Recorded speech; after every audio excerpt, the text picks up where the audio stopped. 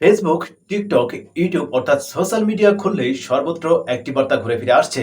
সেটি হচ্ছে ডক্টর মোহাম্মদ ইউনূস আপনি দয়া করে পদত্যাগ করবেন না। আপনি থেকে যান, আপনি আমাদের ভরসা।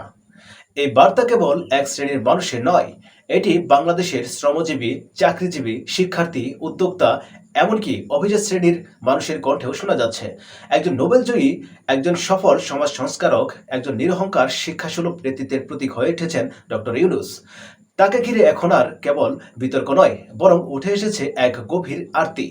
আমাদের একজন দরকার, যিনি সৎ, সাহসী, যিনি রাজনীতির বাইরে থেকেও জনগণের আস্থা অর্জন করছেন। এই যে মানুষের আকুতি, এর উচ্চতা কোথায়?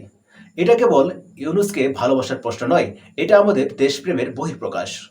এটা সেই বেদনা যখন একজন মানুষ নিজের দেশের ন্যায়ের কথা বলার জন্য বারবার অপমানিত হয়।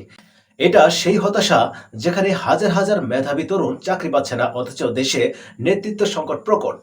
আজ যখন দেশের শিক্ষা ব্যবস্থা থেকে শুরু করে অর্থনীতি, স্বাস্থ্য খাত থেকে বিচার ব্যবস্থা, প্রতিটি স্তরে প্রশ্নবিদ্ধ সিদ্ধান্ত আর রাজনৈতিক কৌশলের চাপে সাধারণ মানুষ বিপর্যস্ত, তখন জনগণ এক বিকল্প প্রশ্ন, এক বিকল্প পথ খুঁজছে।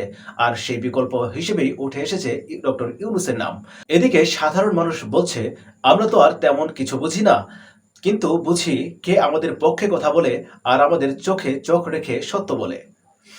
আজ যে মানুষগুলো ডাকছে, ইউনূস তুমি ঐক্য করো, বাংলাদেশ রক্ষা করো, তারা শুধু রাজনৈতিক ভাষণ শুনতে চায় না, তারা চায় নেতৃত্বে মূল্যবোধ, সততা এবং মানবিকতা। যেখানে নেতৃত্ব মানে হেলিকপ্টারে চড়া নয়, মানুষের চোখে চোখ রেখে কথা বলা।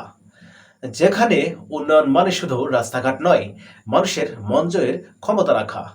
এই সময়টাতে যখন অনেকে চায় ইউনূস পদত্যাগ করুক, রাজনীতি থেকে সরে যাক, তখন সাধারণ মানুষ বলছে উল্টো কথা।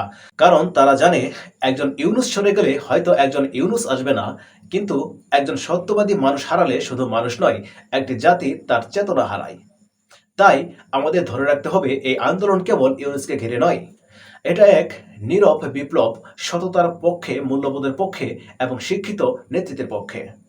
আমরা যদি চাই আমাদের ভবিষ্যৎ প্রজন্ম সত্যিকারের নেতৃত্ব পাক, তাহলে আমাদেরও সাহসী হতে হবে।